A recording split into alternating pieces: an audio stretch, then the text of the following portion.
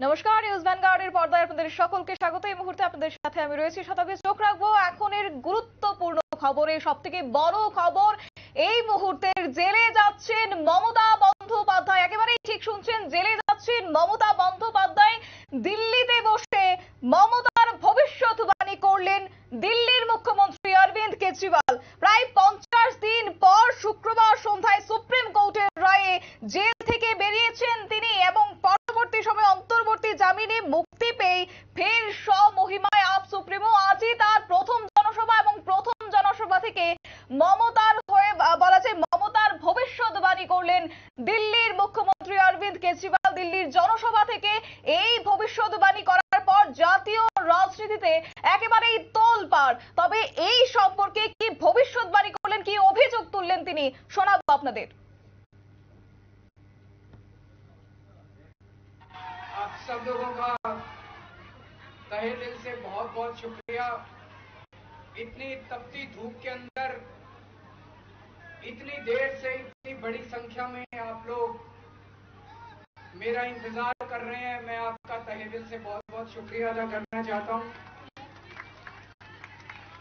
जितने लोग इस वक्त टीवी में देख रहे हैं उन सब दर्शकों का भी मैं तहे दिल से शुक्रिया अदा करना चाहता हूं। सबको मेरा नमस्कार, सबको मेरा प्रणाम। दोस्तों, सीधा जेल से मैं आप लोगों के बीच में आ रहा हूं। आपके बीच में आके बहुत अच्छा लग रहा है। 50 दिन के बाद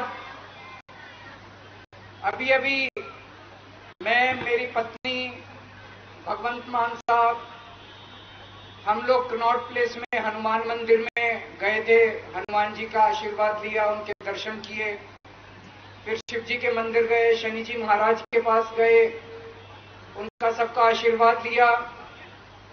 बजरंगबली की खूब कृपा है हमारे ऊपर, हमारी पार्टी के ऊपर, देशवासियों के ऊपर।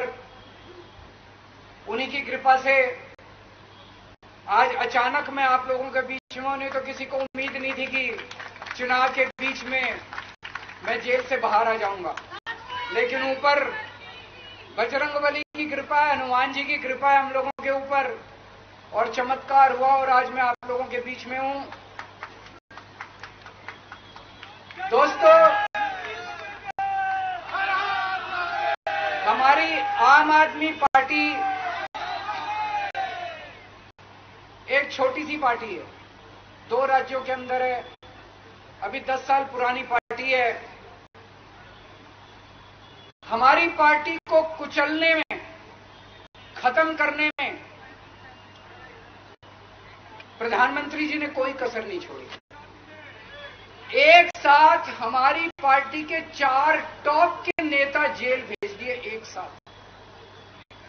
अरविंद केजरीवाल, मनीष सिसोदिया, संजय सिंह, सत्येंद्र जैन। बड़ी बड़ी पार्टियों के अगर 4 टॉप के नेता जेल चले जाएं, पार्टी खत्म हो जाती है। आम आदमी पार्टी के 4 टॉप के नेता इन्होंने जेल भेज दिए। उन्होंने सोचा कि पार्टी खत्म हो जाएगी, लेकिन ये पार्टी नहीं है, ये एक सोच है। जितना ये खत्म करना चाहते हैं उतना ये बढ़ती जाती है, उतना ये बढ़ती जाती है। ये क्रश करना चाहते हैं प्रधानमंत्री जी आम आदमी पार्टी को। जो लोग मोदी जी से मिलने जाते हैं, वो कई लोग हमें भी जानते हैं, वो बाहर आके हमें बताते हैं कि आपके बारे में सबसे पहले मोदी जी से जो भी मिलने जाता है, सबसे पहले वो केजरीवाल की और आम आदमी पार्टी की 10 से 15 मिनट बात करते हैं। उनको कहते हैं कि आने वाले समय के अंदर आम आदमी पार्टी ही देश को भविष्य देने वाली है। वो खुद भी मानते हैं। इसीलिए वो चाहते हैं कि आज ही आम आदमी पार्टी को बढ़ने से रोका जाए, इनको कुचल दिया जाए। ये तानाशाही है। अगर उनको लगता है कि आम आदमी पार्टी आने वाले समय में बीजेपी को चैलेंज देने वाली है, आप अच्छे काम करो, आप देश को भविष्य दो। आज आपकी सरकार है केंद्र के अंदर, आप देश के लिए काम करोगे, आम आदमी पार्टी को कोई पूछेगा ही नहीं। लेकिन आप कुछ काम नहीं करो, पार्टी को कुचल दो। ये जनतंत्र नहीं है, ये इस देश की जनता पसंद नहीं करती। इन्होंने आम आदमी पार्टी को कुचलने में कोई कसर नहीं छोड़ी। छोटे से लोग हैं हम लोग, छोटी सी पार्टी है। 75 साल के अंदर इस कदर किसी पार्टी को और उसके नेताओं को प्रताड़ित नहीं किया गया जिस तरह से प्रधानमंत्री मोदी जी ने आम आदमी पार्टी को प्रताड़ित करने की कोशिश की है। मेरे को इन्होंने जेल भेज दिया। प्रधानमंत्री जी कह रहे हैं मैं भ्रष्टाचार से लड़ रहा हूं। देश के सबसे बड़े चोर, उचक्के और डकैतों को इन्होंने अपनी पार्टी में शामिल कर लिया।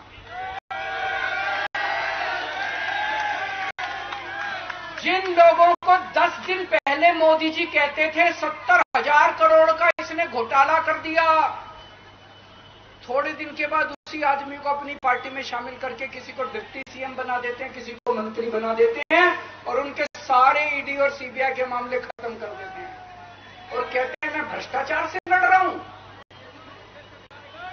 मैं मोदी जी को कहना चाहता हूं, भ्रष्टाचार से अगर लड़ाई लड़नी है तो केजरीवाल से सीखो।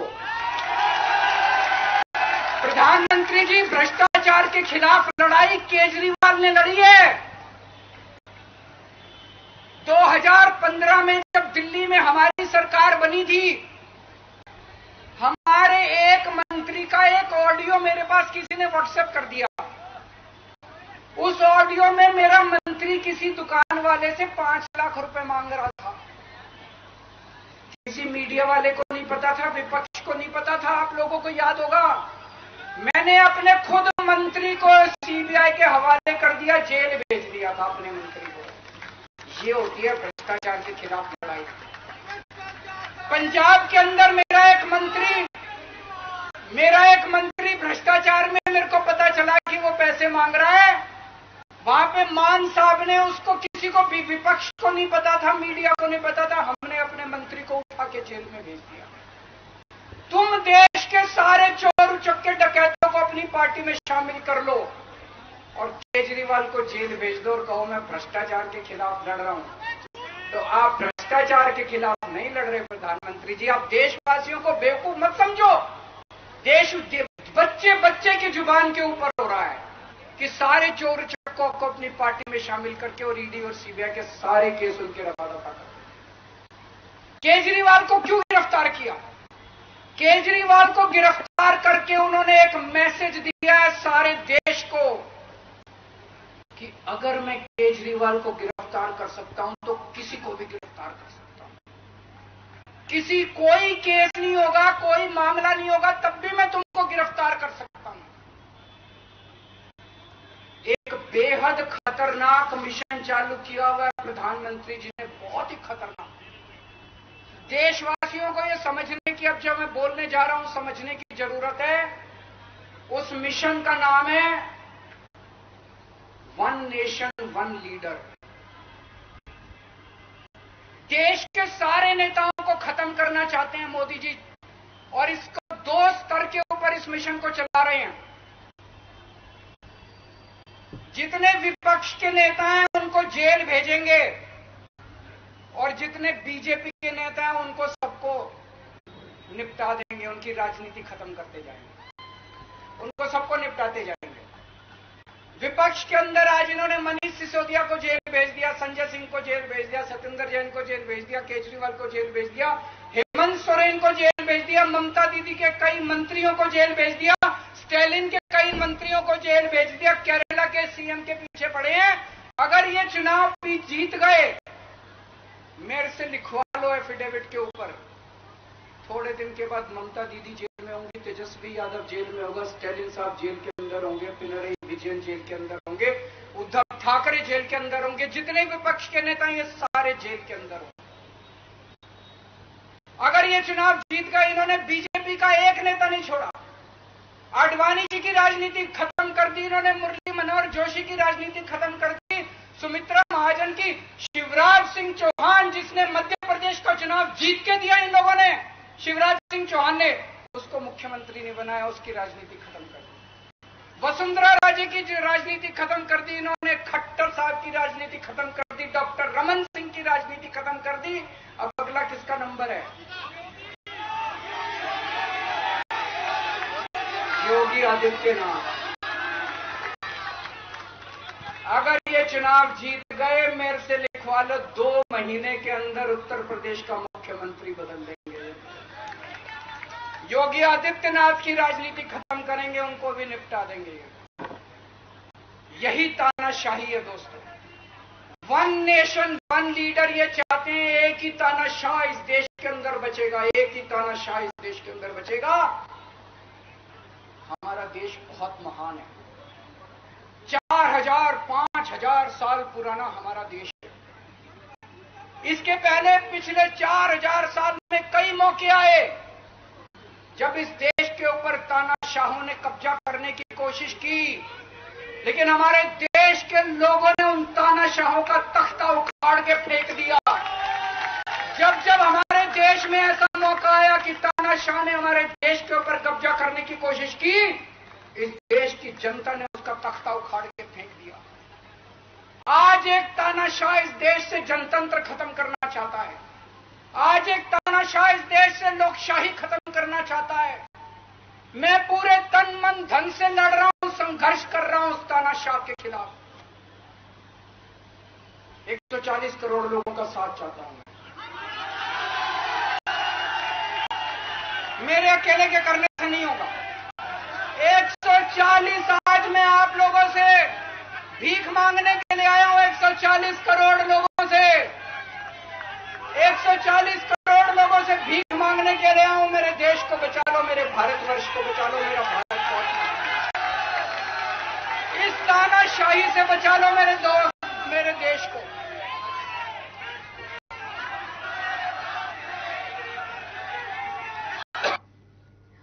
আপনারা শুনলেন কেজরিওয়ালের বক্তব্য এবং একাধিক অভিযোগ কার্যত এক্ষেত্রে তিনি তুলে ধরেছেন বা জনসভা থেকে তিনি বললেন যে নির্বাচনে জিতলে যোগী আদিত্যনাথকে সরিয়ে দিচ্ছেন প্রধানমন্ত্রী।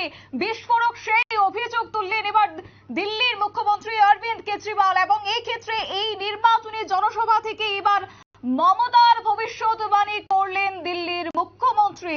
এক প্রকার বলা যায় আবগারি দুর্নীতি মামলায় তাকে 1 জুন পর্যন্ত অন্তর্বর্তী জামিন দিয়েছেন সুপ্রিম কোর্ট এবং তারপরেই স্বমহিমায় নির্বাচনী প্রচারে নামলেন তিনি এবং সেখানেই কার্যত সেই ভবিষ্যৎবাণী করলেন। সরাসরি এক্সক্লুসিভ সেই ছবি আপনাদেরকে দেখিয়েছি উত্তর পূর্বের একমাত্র বাংলা চ্যানেল নিউজ ভ্যানগার্ড সরাসরি দিল্লি থেকে সেই ছবি আপনাদের জন্য তুলে ধরেছেন এবং আবার শোনাবো দিল্লির মুখ্যমন্ত্রী অরবিন্দ কেজরিওয়াল মমতার ভবিষ্যৎবাণী করলেন। শুনুন তাহলে।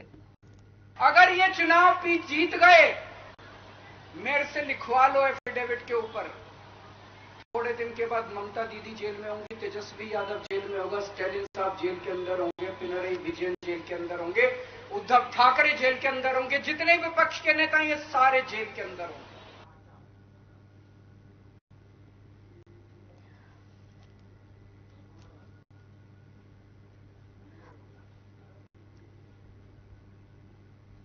আপনারা শুনলেন কেজরিওয়ালের বক্তব্য এবং এক্ষেত্রে সরাসরি চলে যাব আমরা রয়েছে আমাদের সাথে এক্সিকিউটিভ এডিটর নীল বণিক কি বলছে শুনবো। নীল, ইতিমধ্যে আজ তার নির্বাচনী প্রথম জনসভা দিল্লির মুখ্যমন্ত্রীর এবং নির্বাচনী ময়দানে নেমে বিস্ফোরক অভিযোগ তুললেন, পাশাপাশি মমতাকে নিয়ে ভবিষ্যৎবাণীও করলেন যে মমতা নাকি জেলে যাচ্ছে। কি বলবে এই বিষয়ে? দেখো, আজকে কেজরিওয়াল প্রথমেই বলে রাখি একমাত্র উত্তর পূর্বের প্রথম কোনো বাংলা চ্যানেল সরাসরি আজকে কেজরিওয়ালের যে প্রথম জনসভা, সেই প্রথম জনসভাতে সরাসরি কেজরিওয়ালের বক্তব্য প্রায় 10 মিনিট ধরে কি কি বলেছেন কেজরিওয়াল সেটা আমরা দর্শকদের শোনালাম। সব থেকে বড় কথা যেটা মমতা বন্দ্যোপাধ্যায়ের কিন্তু কার্যত ভবিষ্যৎবাণী ঠিক করে দিলেন কেজরিওয়াল। অর্থাৎ নির্বাচন শেষ হলে যদি প্রধানমন্ত্রী নরেন্দ্র মোদী ক্ষমতায় আসে, সবার আগে যে মানুষটি জেলে যাবেন তার নাম মমতা বন্দ্যোপাধ্যায়। রাজনৈতিক দাবি এটা হতেই পারে, কিন্তু তিনি জনসভা থেকে তিনি তার দলীয় কর্মীদের কাছে ইন্ডিয়া জোটের নেতাদের কাছে তিনি যেটা জানিয়েছেন যে আপনারা কাগজপত্র নিয়ে আসুন, আমি প্রয়োজনে এভিডেভিট করে লিখে দেব যে সবার আগে মোদী সরকার ক্ষমতায় আসলে জেলে যাবেন মমতা বন্দ্যোপাধ্যায়। কার্যত এই বিস্ফোরক দাবি অরবিন্দ কেজরিওয়াল দিল্লির মুখ্যমন্ত্রী করলেন।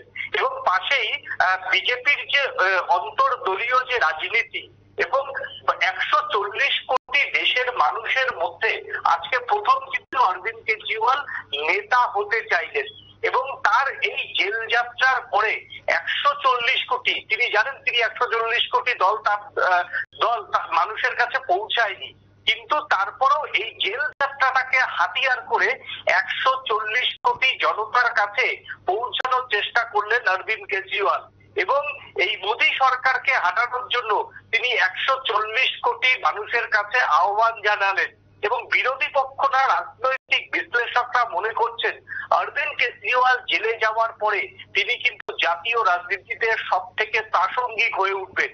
শিবু সোরেন এর ছেলে, সেও ঝাড়খণ্ডের মুখ্যমন্ত্রী, জেলে গিয়েছে, কিন্তু তাকে নিয়ে জাতীয় রাজনীতি বা আন্তর্জাতিক প্রেক্ষাপটে একটি শব্দও কিন্তু উচ্চারণ হচ্ছে না। শুধুমাত্র ইন্ডিয়া জোটের কয়েকজন নেতা সহানুভূতি নিয়ে তার সম্পর্কে দু একটা কথা বলছে, কিন্তু জাতীয় রাজনীতির প্রেক্ষাপটে তার কোনো গুরুত্ব নেই। কিন্তু অরবিন্দ কেজরিওয়ালের জেলে যাওয়াটা কিন্তু জাতীয় রাজনীতির কাছে বিরাট একটা গুরুত্বপূর্ণ এসেছে। এবং কার্যত আজকে সেই গুরুত্বপূর্ণ বিষয়টাকে কার্যত সামনে আনলেন অরবিন্দ কেজরিওয়াল। অরবিন্দ কেজরিওয়াল তিনি অ্যাগ্রেসিভ, খুব আজকে যে যখন দিল্লিতে তিনি বক্তব্য রাখছিলেন অ্যাগ্রেসিভ, কিন্তু তার ভাষা এবং তার বডি ল্যাঙ্গুয়েজ কিন্তু অনেকটাই সংযত ছিল। এবং যে ভাষাতে প্রধানমন্ত্রী নরেন্দ্র মোদী এবং বিজেপিকে আক্রমণ করলেন, আমার মনে হয় দিল্লিতে বসে বিজেপির যারা জাতীয় মুখপাত্র তারা পাল্টা কিভাবে অরবিন্দ কেজরিওয়ালকে আক্রমণ করবেন তা তাদের দুবার ভাবতে হবে। এবং বিজেপির যে থিঙ্ক ট্যাঙ্ক, সেই থিঙ্ক ট্যাঙ্ক কার্যত বিশ্লেষণ না করে আজকে রাতে 5টার পর তারা প্রেস কনফারেন্স ডেকেছেন, সেই প্রেস কনফারেন্সে অরুণ সিং এর মতো হয়তো নেতারা থাকবে, তাদেরও দুবার অরবিন্দ কেজরিওয়ালের আজকের যে ভাষা, যে বচন, সেই বচন শুনে তাদেরও আক্রমণ করতে গেলে দুবার ভাবতে হবে। পাশাপাশি তিনি যেমন নিজেকে জাতীয় রাজনীতির প্রেক্ষাপটে 140 কোটি মানুষের সামনে তিনি তার কেরিয়ার, তার স্বচ্ছ ভাবমূর্তি, তিনি কিভাবে সরকার চালিয়েছেন এবং বিজেপির সরকারের সঙ্গে আপের সরকারের পার্থক্যটা কি সেটা যেমন বুঝিয়ে জাতীয় রাজনীতির প্রেক্ষাপটে আসার আবেদন করলেন, ঠিক অন্যদিকে আজকে কিন্তু বিজেপির যে অন্তর্দলীয় যে রাজনীতি, অর্থাৎ মোদীর আমলে যে বাজপেয়ী জমানার যারা মন্ত্রী, যারা আদবানিজি, তাদের বাদ পড়ার প্রসঙ্গটা কিন্তু তুলে আনলেন। পাশাপাশি শিবরাজ সিং চৌহানের বিষয়টাও তিনি তুলে আনলেন, কারণ শিবরাজ সিং চৌহান এমন একটা মুখ্যমন্ত্রী যিনি টানা মধ্যপ্রদেশের মুখ্যমন্ত্রী ছিলেন এবং তার নেতৃত্বেই এবার বিজেপি সেখানে ভোট করিয়েছে, বিপুল সংখ্যক আসনে বিজেপি সেখানে জয়লাভ করেছে, কিন্তু শিবরাজ সিং চৌহানকে মুখ্যমন্ত্রী বিজেপি করেনি। এই যে মোদীজি বা প্রধানমন্ত্রী নরেন্দ্র মোদী বা এই সময়ের বিজেপি, তারা কাউকে, বিরোধী দল তো দূরে থাক, তাদের দলই তারা কাউকে প্রতিপক্ষ চাইছে না। সেই প্রতিপক্ষ না চাওয়ার যে প্রধানমন্ত্রীর মানসিকতা, সেইটাকে কার্যত জাতীয় রাজনীতির প্রেক্ষাপটে তুলে আনার চেষ্টা করলেন এবং মানুষের সমর্থন চাইলেন জাতীয় রাজনীতিতে। আজকের পর থেকে রাজনৈতিক বিশ্লেষকরা মনে করছেন যে অরবিন্দ কেজরিওয়াল শুধুমাত্র এখন আর দিল্লির মুখ্যমন্ত্রী নয়, তিনি শুধু আপের নেত্রী নয়, টোটাল ইন্ডিয়া জোটে রাহুল গান্ধীর মুখ কিন্তু এখনো ভারতবর্ষের মানুষ সেভাবে নিচ্ছেন না, মেনে নিচ্ছেন না। কিন্তু অরবিন্দ কেজরিওয়াল আজকে যেভাবে বক্তব্য রাখলেন এবং আপের সভাতে কার্যত তিনি কিন্তু ইন্ডিয়া জোটের যে আগামী দিনে মুখ হতে পারে, জাতীয় রাজনীতিতে যে বিপক্ষে দলের প্রধান মুখ হতে পারে, সেই কথাটাই তিনি আজকে মনে করিয়ে দিলেন। শতাব্দী, একদমই। তো সেই জায়গায় দাঁড়িয়ে এতদিন পর্যন্ত কিন্তু সকলেই জানতো যে দিল্লির মুখ্যমন্ত্রী অরবিন্দ কেজরিওয়ালের সঙ্গে তার সম্পর্ক বা মমতার সম্পর্ক বরাবরই ভালো ছিল। তো এবং একাধিক ক্ষেত্রে দেখা গেছে যে ইন্ডিয়া জোটেও মমতার ডাকে সাড়া দিয়েছেন কেজরিওয়াল। তাহলে আজকে তাকে নিয়ে এই ভবিষ্যৎবাণী করার কি মানে বা কোন দিকে ইঙ্গিত, যদি একটু তুলে ধরো। দেখো, মমতা বন্দ্যোপাধ্যায়ের অত্যন্ত ভালো বন্ধু হচ্ছে অরবিন্দ কেজরিওয়াল। মমতা বন্দ্যোপাধ্যায়ের অনেক দুঃখের সময় কিন্তু অরবিন্দ কেজরিওয়াল ছিলেন এবং মমতা বন্দ্যোপাধ্যায়ের সঙ্গে ইন্ডিয়া জোট নিয়ে মতপার্থক্য তৈরি হলেও মমতা বন্দ্যোপাধ্যায় এবং অরবিন্দ কেজরিওয়াল দুজনে কিন্তু বহুবার ব্যক্তিগত অনেক বিষয় কিন্তু তারা আলোচনা করেছেন। সেই জায়গাতে দাঁড়িয়ে তিনি মমতা বন্দ্যোপাধ্যায়ের উদাহরণটা টানলেন যে বিরোধী পক্ষের সরকার হিসাবে যেমন আমিও জেলে গেছি, তেমনি আপনাকেও জেলে যেতে হবেই এবং বিজেপি সরকার ক্ষমতায় আসলে জেলে যেতে হবে। কার্যত তিনি মমতা বন্দ্যোপাধ্যায়কে একটা সাবধানতার বার্তা দিলেন এবং সেই সঙ্গে যে ইন্ডিয়া জোট, এখনো যারা ইন্ডিয়া জোটে সেইভাবে সমানভাবে অংশীদারিত্ব হননি, যেমন মমতা বন্দ্যোপাধ্যায় তিনি নিজের রাজ্যে হননি, অন্যদিকে বহু নেতা ইন্ডিয়া জোট নিয়ে সেভাবে তার নিজের রাজ্যে জায়গা থাকছেন না, সেইটাকে কেজরিওয়াল কার্যত বোঝানোর চেষ্টা করলেন যে আমরা যদি ইন্ডিয়া জোটে থাকার পরেও জাতীয় রাজনীতির প্রেক্ষাপটে থাকতে পারি তাহলে অবশ্যই রাজ্যের প্রেক্ষাপটেও আমরা এক হতে পারি, না হলে আপনাদের পরিণামও কিন্তু আগামী দিনে আমার মতো জেল যাত্রা হবে। কার্যত এটা মমতা বন্দ্যোপাধ্যায় তিনি সতর্কবার্তা দিলেন। শুধুমাত্র দিল্লিতে বসে ইন্ডিয়া জোট করলে হবে না, রাজ্য, গ্রাম, বুথ স্তর পর্যন্ত এই ইন্ডিয়া জোট বিরোধী পক্ষকে একসঙ্গে হতে হবে। কার্যত এইটা বোঝানোর জন্যই আজকে মমতা বন্দ্যোপাধ্যায়কে একটা সচেতন করলেন অরবিন্দ কেজরিওয়াল। একদমই নীল, ধন্যবাদ তোমাকে। বিস্তারিত তুলে ধরলো আমাদের এক্সিকিউটিভ এডিটর নীল বণিক। এবং ইতিমধ্যে আজ তার নির্বাচনী প্রথম জনসভা, এবং সেই প্রথম জনসভা থেকে একদিকে বলা যায় যে স্বমহিমায় আপ সুপ্রিমো, এবং অন্যদিকে এবার প্রধানমন্ত্রীকে নিয়ে একাধিকভাবে বিস্ফোরক অভিযোগ তুললেন এবং পাশাপাশি মমতা বন্দ্যোপাধ্যায়ের ভবিষ্যৎবাণী করলেন, জানিয়ে এক প্রকার জাতীয় রাজনীতিতে তোলপাড়। নিয়ে নিচ্ছে ছোট্ট একটি বিজ্ঞাপন বিরতি, সঙ্গে থাকুন।